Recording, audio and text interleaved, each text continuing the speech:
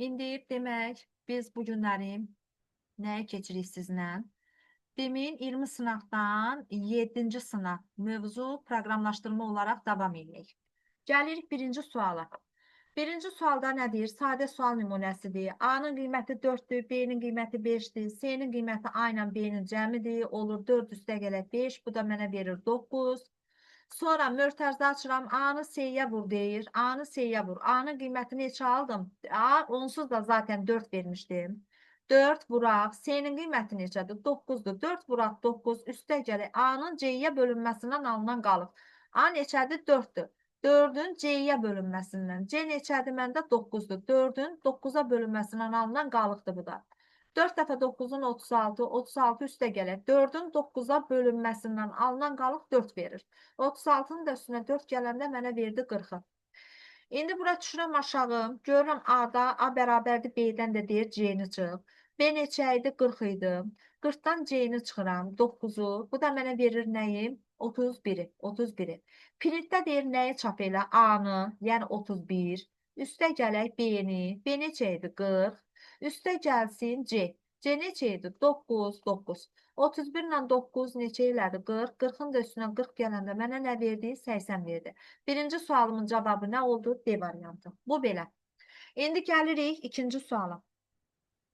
İkinci sualda nə deyir? Bax, burada bir ədəd daxil edirəm. Tutaq ki, 257-ni daxil elədim. 257.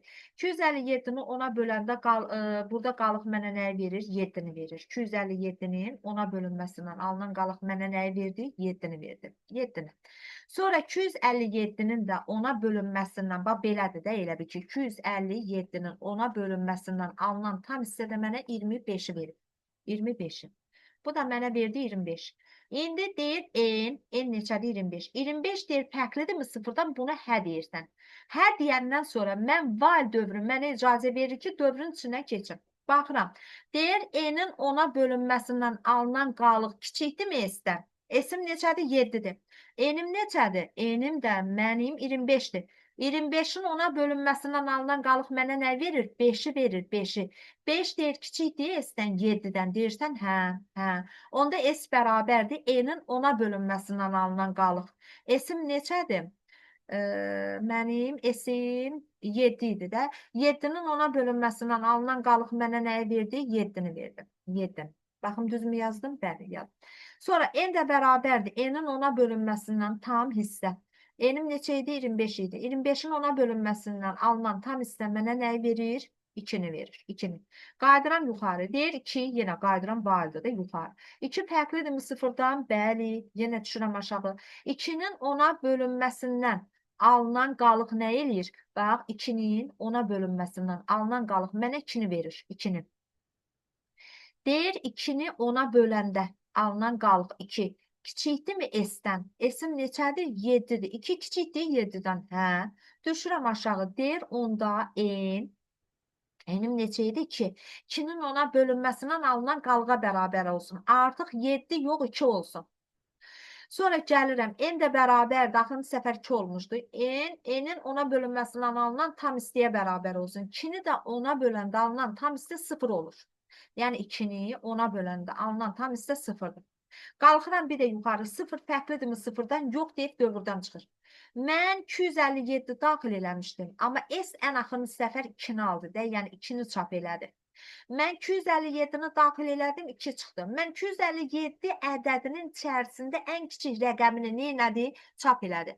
Verilmiş demək, ən kiçik rəqəmini neynədi? Çap eləmiş oldu. Ona görə ikinci sualda cavabımız olur E variantı. İndi gələm üçüncü suala. Üçüncü sualda nə deyir?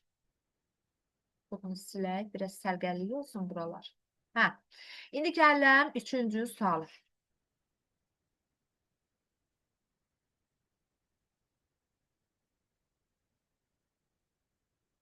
Hə. Üçüncü sualda deyir ki, üçüncü sualda nə deyir? A 3 dənə B-yə bərabər də olsun. B də 3 dənə B-də dırnaqda 3 dənə C-yə bərabər də olsun. C də nəyə bərabər? İndi deyir A qiymətini dəyişsin. A olsun 3 dənə C-nin qiymətinə bərabər olsun. 3 dənə C-nin qiymətinə bərabər olanda C-nin qiyməti nə idi? 3 dənə D-dir. onda A da 3 dənə D-yə bərabər olur. 3 dənə D-yə bərabər olur. A-nın artıq köhnə qiymətinin üstündən xətt çəkirəm. Tam mənə ehtiyac yoxdur. A yeni qiymətlə əvəzləndi. İndi 3 dənə C bərabər olsun deyir B-nin qiymətlərinə. B-nin qiyməti nədir? 3 dənə C-dir. Onda bu da B-nin qiyməti nədir? 3 dənə C-dir. Onda 3 dənə C-yə bərabər olur. 3 dənə C-yə. C-nin də köhnə qiymətinin üstündən nə edirəm? Xətt çəkirəm. Xətt çəkirəm. Sonra indi nə deyir? Deyir C-ləri 3 dənə C-nin qiymətini çap elə. 3 dənə C-nin qiyməti nəyə bərabərdir? Deyir 3 dənə C-yə. 3 dənə C-yə. Sonra A-nın qiymətini çap elə. A-nın qiyməti nəyə bərabərdir? 3 dənə D-yə. Onu çap edirəm.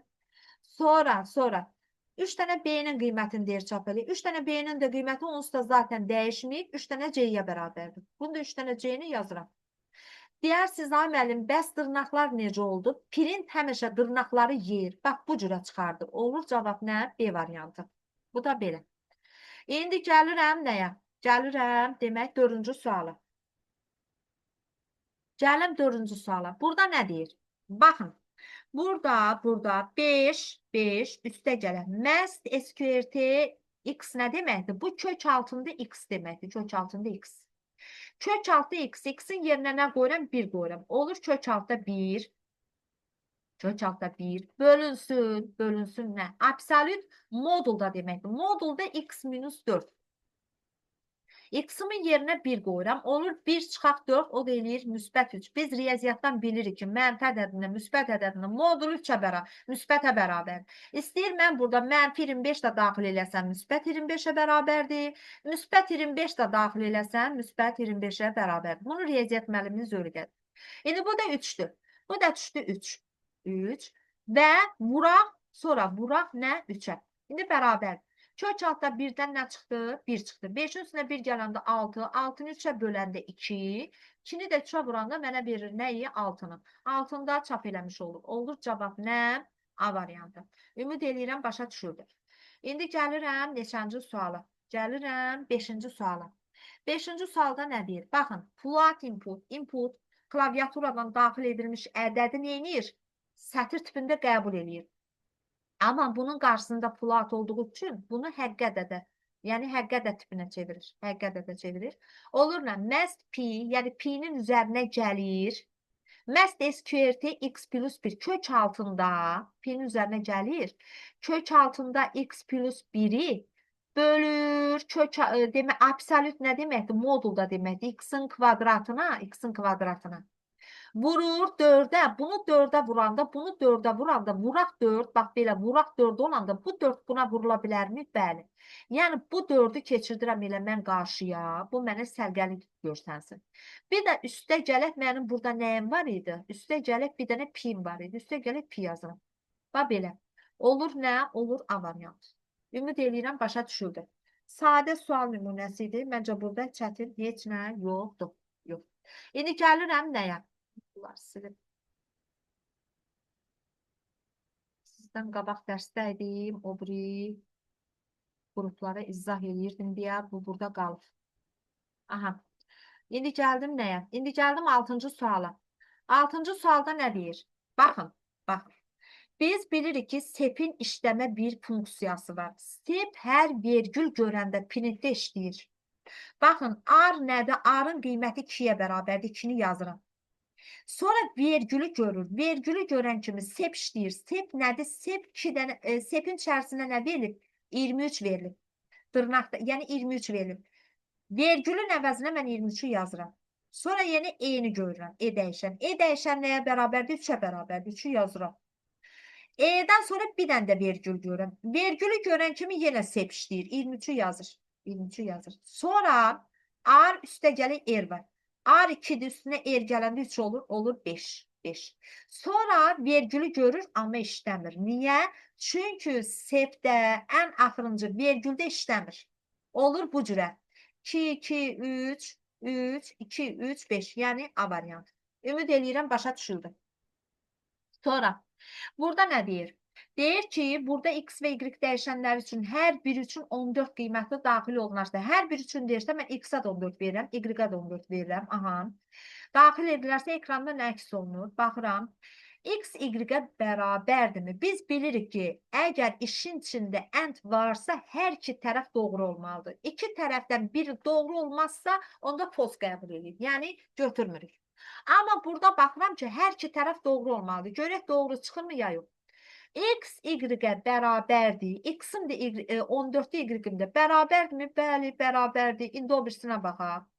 Deyir, X-in üzərinə Y-i gəl. Mən X-im neçədir? 14-dür. 14-ün üstünə 14 gəlim, eləyir 28. Üzərinə də deyir, 1 gəl, gəlirəm 29. Deyir, 29 böyükdürmü 100-dən? Deyirsən, yox. Yox. İp ödəmədi deyə, bax bu Z-ə də baxmıram. Bax bu ip ödəmədi deyə, mən də bax buradan küsüb gedirəm. Heç buna bax, fikir verin. Gəlirəm, düşürəm aşağı. İp ödəməyəndə bunun tabiçiliyində olan, buna daxil olan Z-i də yerinə getirmiş olmuram. Gəlirəm, printə gəlmək istəyirəm. Printin üstündə bir dənə sərbəsti görürəm. Bu sərbəst dövrün yox, proqramın sərbəstidir. Mütləq şəkildə burada if yerinə getirilsə də, Z-i həll etsən də, eləməsən də, ən axırda bu Z bir dəfə işləyir. Bir dəfə bu işləyir, sonra printə verir. X-in üzərinə deyir, Y-i gəl. X-im neçə idi? Zaten 14 idi, dəyişmədi. Y-im də 14-dür. Hər ikisini toplayanda eləyir 28. 28. Printə vermək istəyirəm. Print mənə 28-də istəmir. Məndən Z-i 3-ə vurmağını istəyir. Mənim Z-im 28 idi. 28-i 3-ə vururam. Bu da mənə verir 84-dür və 84-dür. Nə eləyir? Çap eləyir. Bu da belə. Ümid eləyirəm, başa düşülən oldu. Oldu. İndi gəlirik bura. Bura. Baxın. Əvvəl buna baxaq, görək nə deyir. Nə deyir.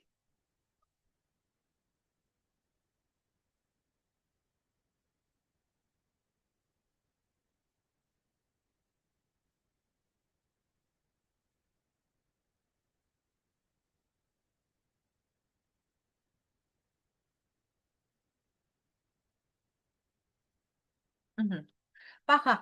Deyir ki, ədədi daxil elə. Dəyişənim nədir? Dəyişənim namdır. Namı daxil eləyirəm, eləyim. Nam. Baxıram. Burada nam bərabərdir. Nam bərabərdir. Rəqəm verib 3 milyon 456 min 789-u verir. Aha, yaxşı eləyib. S bərabərdir 0. Aha. Deyir nam, yəni bu ədəd böyütdümüz 99-dan. Əlbəttə ki, böyüt. 3 milyon 456 min 789 böyütdümü 99-dan hə deyirsən. Düşürsən aşağı nam bərabərdir. Bax, bu var ha. Bu ədədi kiçiltmək deməkdir. İstəyirsən 100-ə böl, istəyirsən 10-a böl. Bu ədədi kiçiltmək deməkdir. Verilmiş, bax, bu ədədi 10-a böləndə bu ən axırıdakını atır, ədədin özün verir. Baxın, istəyirsiniz bir bunu Pythonda yoxlayaq. Baxın, mənim ədədim nə idi? Mənim ədədim 3 milyon, bax, yazıram. Nam bərabərdir, 3 milyon, demək 456 min, 789. Mən bunu, yəni, yazsam ki, K bərabərdir, nam, tam bölmədə 2 dənə slash 10. Bu o deməkdir ki, verilmiş ədədi neynədir? 9-u buradan sildi. Nə verdi? 345.678-i mənə neynədir? Vermiş oldu. Ümid eləyirəm aydın. Bu mənə verdi nəyi? 345.678-i. Deyir, onda S bərabərdir. S-in üzərinə, S-im 0-dır. Sıfırın üzərinə gəl. Bundan, bax, bu ədədin 10-a bölünməsindən alınan qalıq. Bunu da 10-a böləndə axırıncı qalıq 8 eləyir. Bu verdi mənə 8. Gedirəm yuxarı, bir də sual verirəm. 345.678. Böyükdürmü 99-dan hə deyirsən. Düşürsən aşağı. Nam bərabərdir. Bu dəfə dövrü kiçildəndə olur neçə? 34.567. S də bərabərdir. S-in üzərinə, S-im 8 idi. Üzərinə gəlin. Bu ədədin 10-a bölünməsindən alınan qalıq mənə verdi nəyi? 7-ni. 7. Təkrar bir də gedirəm, sual verirəm. Deyirəm ki, 3 34.567 böyükmü 99-dan deyirsən, hə. Onda nam bərabərdir. Bu dövrü kiçildirəm. Ona böləndə olur, nə 3456 olur. S də bərabərdir. 8 üstə gələ 7 üstə gələ bu ədədin ona bölünməsindən alınan qalıb. Mənə verir 6. 6. Sonra gedirəm bir də sual verirəm. Deyirəm ki, nam neçə idi? Nam bərabərdir 3000, bu 3456-dır. 3456-dır. Deyirəm ki, 3456 böyükmü 99-dan deyirsən, hə. Onda nam bərabərdir 3456-nı 10-a böləndə tam hissə eləyir 345. Və S bərabərdir S-in üzərinə, S-im neçə idi? Deyir, bu 8, üstə gələ 7, üstə gələ 6-nın üzərinə gəlin bu ədədin 10-a bölünməsindən alınan qalıq. Bu ədədi 10-a böləndə qalıq neçə eləyir? 5 eləyir. Aha. Sonra təkrar gedirəm, yenə sual verirəm. Artıq mənim namım nəyə bərabərdir? 345-ə. 345 böyükdürmü 99-dan? Deyirsən, hə, hə. Düşürsən aşağı, sən gəlirsən, bunu bir dəfə kiçildirsən, ona bölürsən, düşür 34, 34.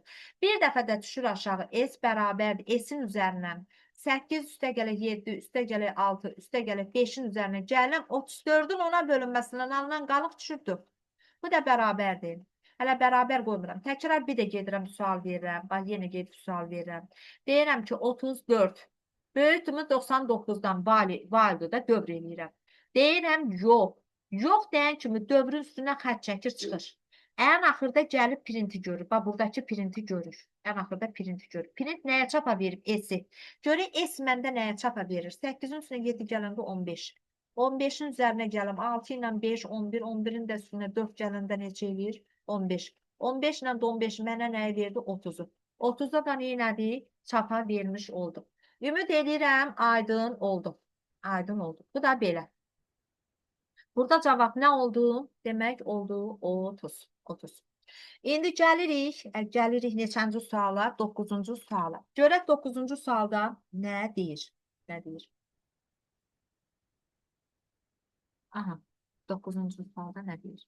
Burada deyir ki, proqramın heç nə, nəticəsini müəyyən edin. Baxa görə proqramın nəticəsi nədir? Proqramın nəticəsi nədir? Bax.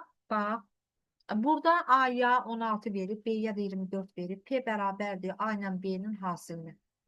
Demək, A ilə B-nin hasilini 16 ilə 24-ün hasili mənə nəyi verir? 16 ilə 24-ün hasili mənə nəyi verir? Ən axırda da bu neyinir? Bu mənə demək, bu mənə ən axırda bərabərdir. P-ni A-ya bölür. P-ni A-ya bölür. Bu əslində əkobu hesablayır. Baxın, biz riyaziyyatdan bilirik. A-nın B-yə bölünməsi bərabərdir. A-nın B-yə vurulması bərabərdir. Əbob AB vurulsun əkob AB. Əkob AB. Elədi mi? Aha. Qoy bunu biraz sərgəli yazım. Mən dəsən yaxşı yazmadım bir də. Ümumiyyətlə qoy bunu buradan götürüm, aparım. Sərgəli bir yerdə yazım.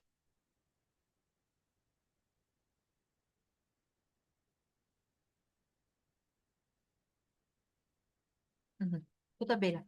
Baxın, burada demək, P bərabərdir A ilə B-nin hasili 16-nı 24-ə vuranda nə eləyir? Demək, burada 16 səhv eləmirəmsə 24 mənə verdi. Hə, 384. Bax, bu mənə verdi 384. 384. Aha. P-min qiyməti 384. İndi A ilə B-yə baxaq. Deyir, A B-dən böyükdürmü? A ilə B bir-birindən fərqlidirmi? Hə. A B-dən böyükdürsə A-dan B-ni çıxsın. Yox, əks halda B-dən A-nı çıxsın. Yadınızdadır Evklit alqoritmi. Evklit alqoritmində nətər idi? Evklit alqoritmində bax, burada mənə veribdir. Nəyə veribdir? A ilə B-nin. A-nın qiyməti 16-dır. B-nin də qiyməti nədir? 24-dür. 24-dür. Əgər A B-dən fərqlidir deyirsən, hə, A B-dən böyükdür. Yox. A B-dən böyükdür. Axı A 16-dır, B 24-dür. A B-dən kiçikdir. A B-dən kiçikdir. If ödəmədir, onda else-yə baxıram. B-dən A-nı çıxıram. 24-dən 16-sını çıxıram. 24-dən 16-sını çıxanda qalır 8-i. A-nın da qiymətini 16 olduğu kimi saxlayıram. Sonra, indi A-nın qiyməti 16-dır. A B-dən fərqlidir, 16 8-dən fərqlidir, hə deyirsən. Düşürsən aşağı, A B-dən böyükdür, 16 8-dən böyükdür, hə. Onda neynirəm? Kiçiyi saxlayıram, böyükdən kiçiyi çıxıram. 16-dan 8-in çıxanda qalır 8-i. Elədimi? 8. 8, 8. Bu nəyi hesabladı mənə? Bu mənə nəyi hesabladı? Bu mənə əbobu hesabladı. Yəni əbob. 16 ilə 24 mənə nəyi verdi? 8-i verdi. Elə bil siz riyaziyyata belə hesablayırdınız da. 16-dır. 16-nı 2-yə bölürəm 8, 2-yə bölürəm 4, 2-yə bölürəm 2, 2-ni də 2-yə bölürəm 1. Sonra təzədən 24-ü hesablayırdınız. 2-yə bölürəm 12, 2-yə bölürəm 6, 2-yə bölürəm 3, 3-ə bölürəm 1. Bunun əbobu nətər tapılır? Burada 4 dənə 2-dir, burada da 3 dənə 2-dir. Mən 3 dənə 2-ni götürürəm də hərəsindən biri. Bu da mənə 8-i verir. İndi bu əbobun tapılması da elə bil. Mən Evclid alqoritmindən, proqram Evclid alqoritmindən hesablayırdı. Ona görə mən də bu cür getdim. Bu belə. Bu bunun riyazi üsulu, bu da bunun nə idi? Bu da informatika üsulu. Hər ikisində demiş oldum. Amma bacarın bu üsul yaxşıdır. İndi siz riyaziyyatdan belə bir şey keçmişsiniz. Baxın uşaqlar. A vuraq B bərabərdir. A ilə B-nin hasili nəyə bərabərdir? Əbob AB-ni əkob AB-yə vuranda nə verir mənə? A ilə B-nin hasilini verir. İndi mənə nə lazımdır? Mənə lazımdır ən axırda eri çapa versin. Eri çapa verməkdən ötürü P-ni A-ya bölüm. A-nın qiymətini mən tapdım? 8 tapdım. 8 tapdım. P də bunların hasilidir. A ilə B-nin hasili bax, mənə 384-ü verir. Əbobumu da tapdım. Əbobum 8-dir. Elə 8-i vurmuşam əkob AB-yə. Onda mənim əkob AB-im nəyə bərabərdir? Deyək, bax bu P. Demək, nəyə bərabərdir? Onda əkob AB bərabər olur. 384-ün 8-ə bölünməsindən alınan qismət. Baxın, 384-ü 8-ə böləndə səhv eləmirəmsə 48 olmalıdır. Amma yenə də yoxlayaq. 384-ü bölürəm 8-ə. Bu da mənə nə verdi? Bəli, 48-i verdim. İstəsəniz riyazi olaraq da bunu hesablaya bilərsiniz. Bu verilmiş ədədin nəyin tapır? Əkobun tapır. Yadınızda saxlayın. Verilmiş ədədlərin hasilinin onların əbobuna bölünməsi verilmiş proqramda nəyi hesablayır? Əkobu hesablayır. Bu da cavab oldu nə? 48. Ümid eləyirəm aydın oldu. Bu da belə. İndi gəlirəm 10-cu suala. 10-cu sualda nə deyir? Baxaq. Deyir, 1 kiçikdir 8-dən, step bərabərdir. 1-in üstünə 3 gəlir, olur 4. Düşür aşağı. Bax, bu bir dəfə çapa getdi. Bir dəfə. 4 böyükdürmü 5-dən? Yox. 4-ün demək, 4 böyükdürmü 5-dən? Yox. 4-ün 2-yə bölünməsindən alınan qalıq 0-dan fərqlidir. 4-ü 2-yə bölünəndə alınan qalıq 0-dır. 0-dan fərqli deyil ki. Ona görə elif işləmir. Amma print 2 dənə nəyi? Ət işarəsi. Bax, bunu çapa verdi. Bax, bunu. Sonra gəldik nəyə? Demək, gəldik bir də. Gəlirik bir də sual veririk. Artıq mənim qiymətim nədir? Mənim burada qiymətim 4-dür. 4 kiçikdirmi 8-dən? Hə. 4-ün üstünə 3 gələn. Bu olur 7. Düşür aşağı. Bir dəfə də bunu çapa verir. Gəlir aşağı. 7 böyükdürmü 5-dən? Yox.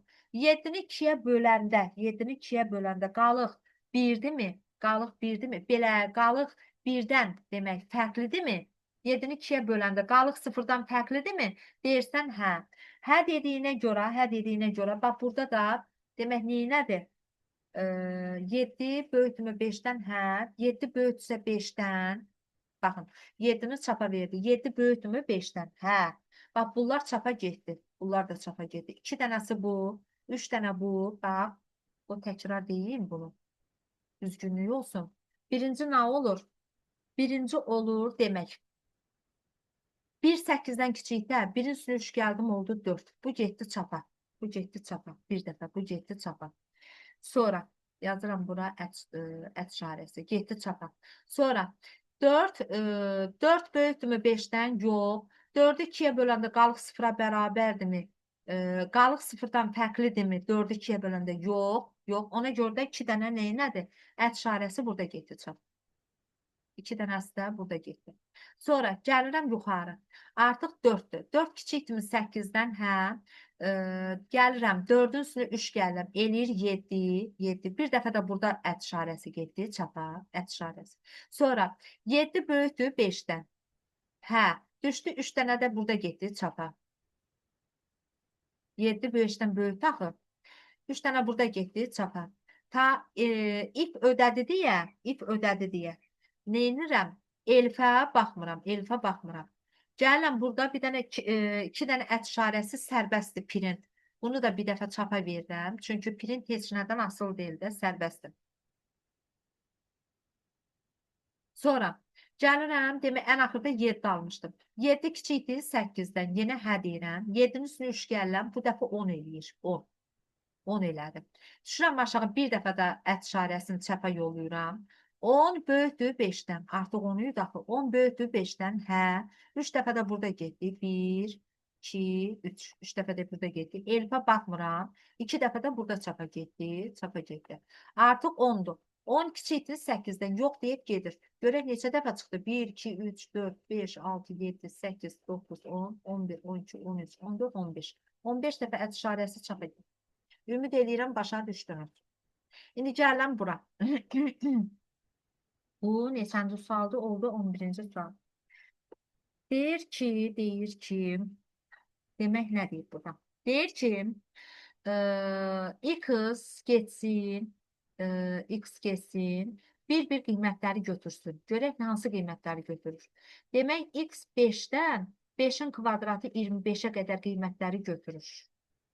Yəni 5-dən 25-ə qədər götürüb 5-i, 6-nı, 7-ni, 8-i, 9-u, 10-u, 11-i, 12-ni, 13-ü, 14-ü, 15-i, 16-nı, 17-i, 18, 19, 20, 21, 22, 23, nəhayət 24, 25-in özünü götürə bilməz. Hansı ədədlər götürəcək? Hansı ədəd ki, 3-ə bölünəndə qalığı 1-ə bərabərdir eyni anda? Və elə ədədlər götürməliyik ki, 3-ə böləndə qalığı 1-ə bərabər olsun, 5-ə böləndə 2-yə bərabər olsun. Həmən ədədlər hansı ədədlərdir? Bax, götürürəm birinci 7-ni. Baxın, 7-ni 3-ə böləndə də qalıq 1-ə bərabərdir, 5-ə böləndə də 2-yə bərabərdir. Düzdür? Baxın, 7 götür, 8 ola bilməz, 9, 10, 11, 12, 13 ola bilər. 13-ü 3-ə böləndə 4 dəfə 3-ün 12, qalıq 1-ə bərabərdir. 13-ü 5-ə böləndə 2 dəfə 5-in 10, qalıq da nəyə bərabərdir? Yox, 13-ü 5-ə böləndə. Demək, 13-ü 5-ə böləndə. 13 5-ə bölürsən, 2 dəfə düşür. 2 dəfə 5-in 10, qalıq 13 yox.